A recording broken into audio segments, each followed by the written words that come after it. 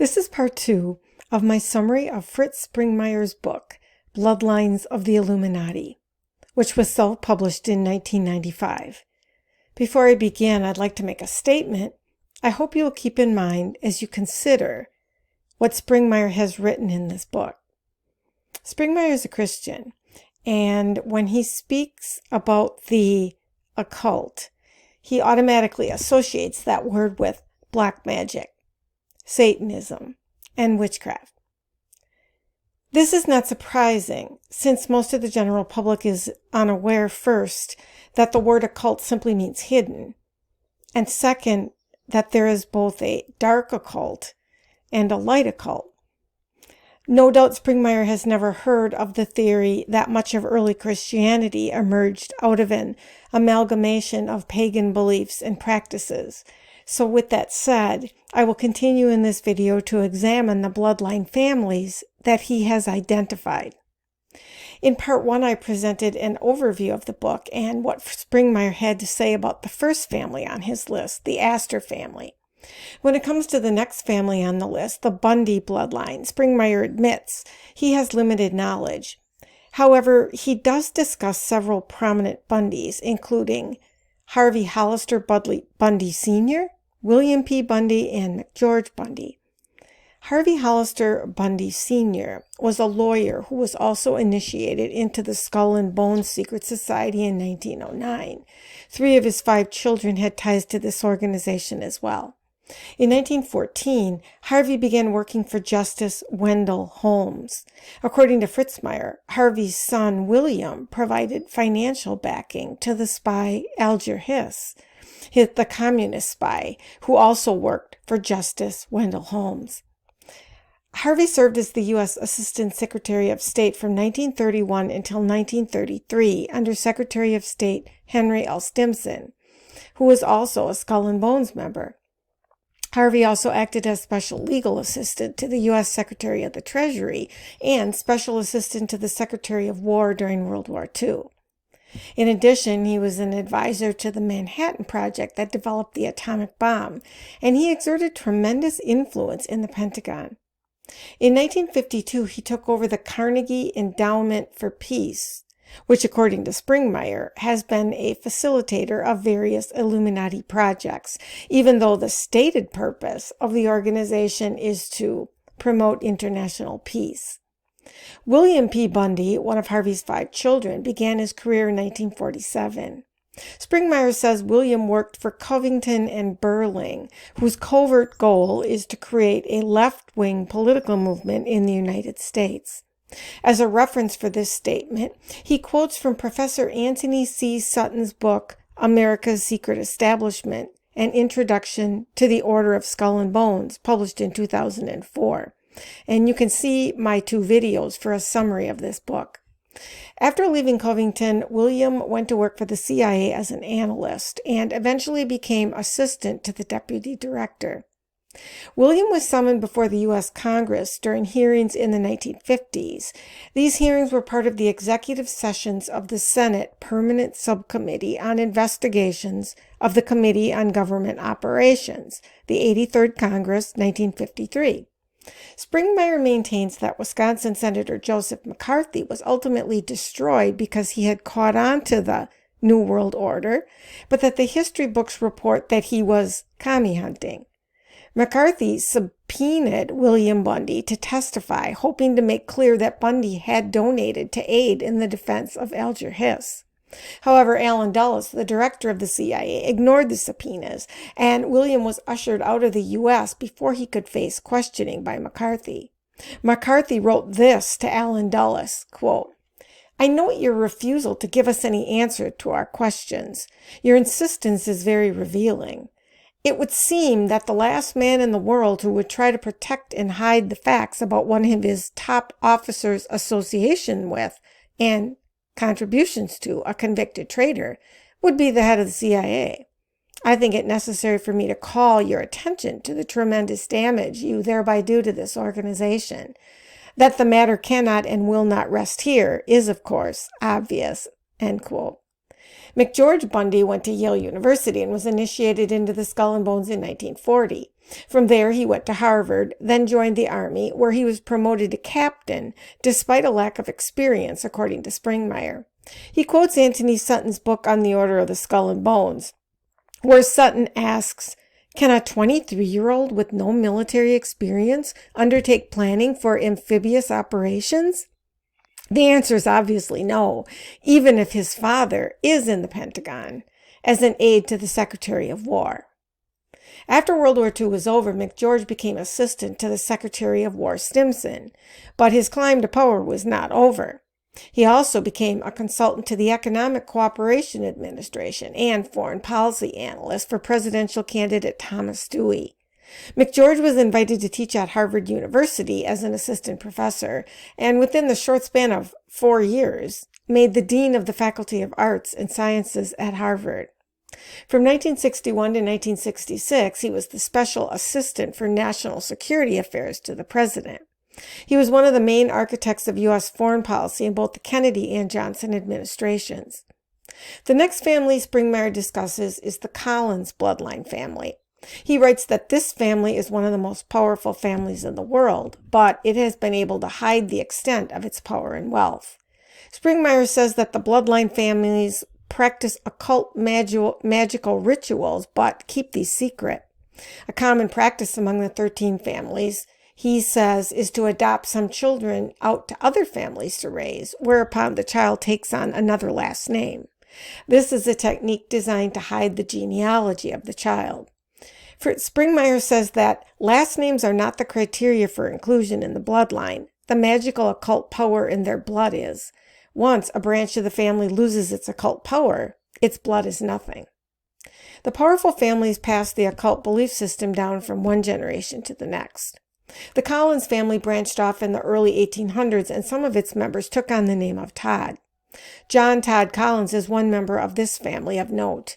I remember doing some research on him myself a number of years ago, so I dug back into that information. The FBI compiled a dossier on Todd back in the 1970s. You can find this on archive.org if you look up John Todd Collins. This dossier included an article from Christianity Today magazine dated February 2nd, 1979 called The Legacies of John Todd. This is a quote from the article. As Todd tells it, he was born into witchcraft and became a Grand Druid high priest in the Illuminati, a secret group of powerful conspirators, which, Todd says, plan a world takeover. He says he was also a member of the Council of 13, one of the chosen few who ranked just below the world-ruling Rothschild family. Jewish bankers with roots in 18th century Europe, who Todd claims are really demons. Todd says he joined the army to establish covens of witches. Then he became a decorated Green Beret in Vietnam, and that he was later transferred to Germany, where he killed a former commanding officer in a 2-hour shootout in Stuttgart.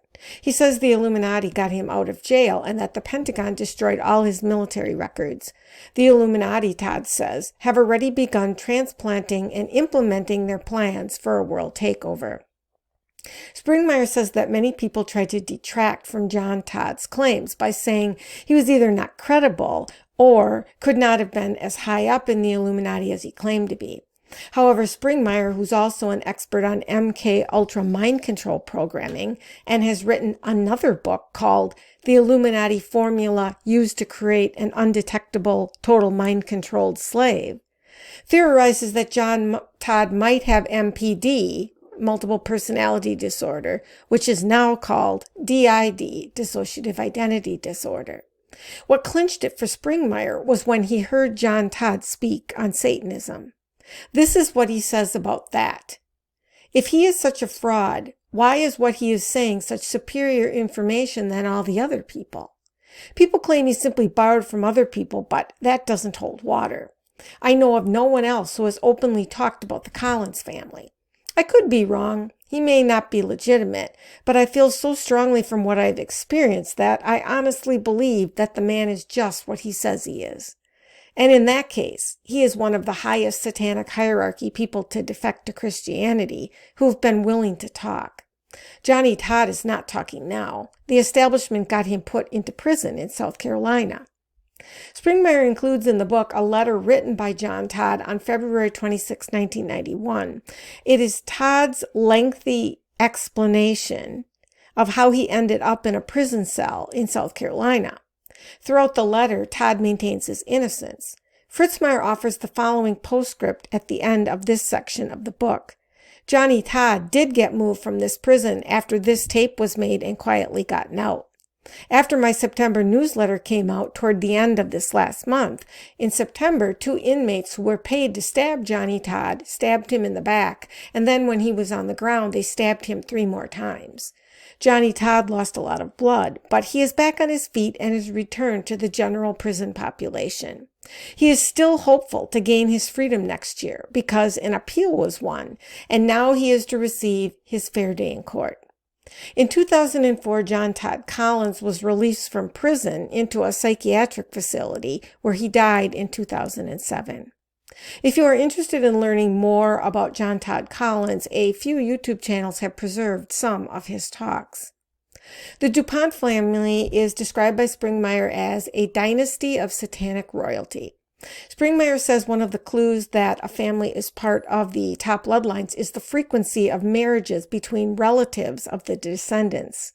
This is so because blood is believed to carry occult power, and in order to rise in the hierarchy, a person must have the correct blood.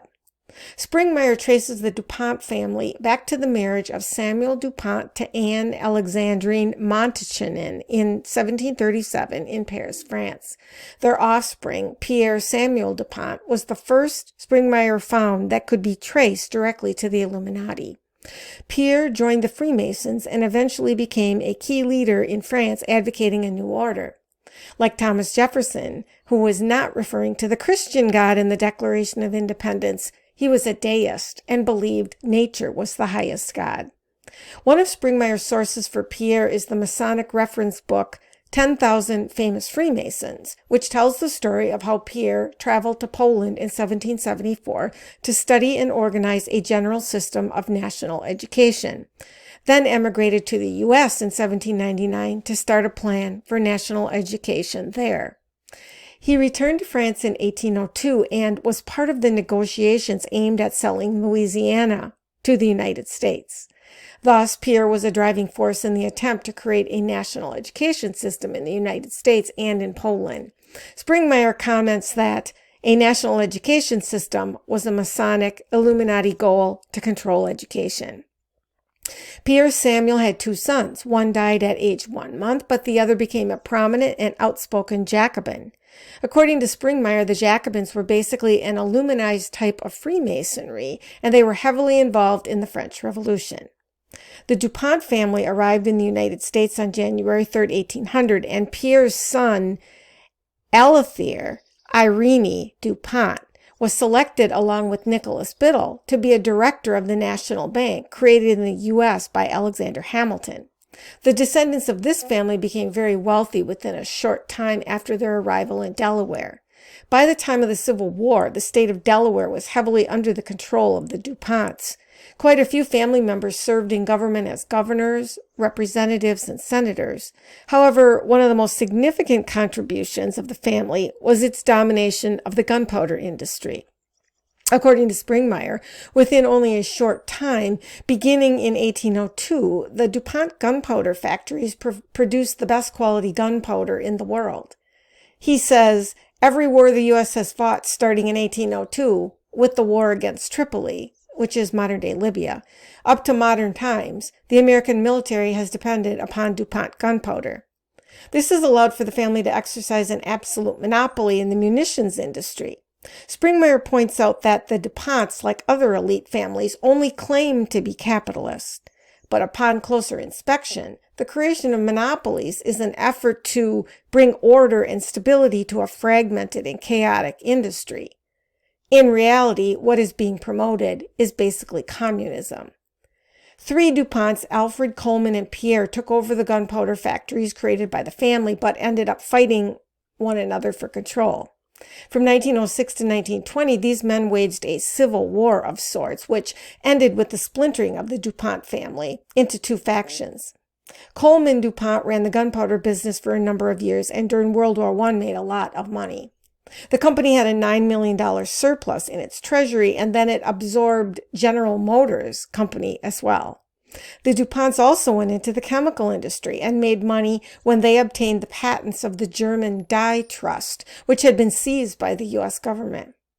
After this, the DuPonts built a great chemical empire on shatterproof glass, paints, rayon, nylon, dyes, photographic film, rubber, chemicals, and drugs. Its only competition was the Dow Chemical Corporation. Springmeyer comments that most of us use DuPont products almost continuously, and General Motors, the explosives and gunpowder monopoly, along with the chemical monopoly, has reaped enormous financial benefits for the family.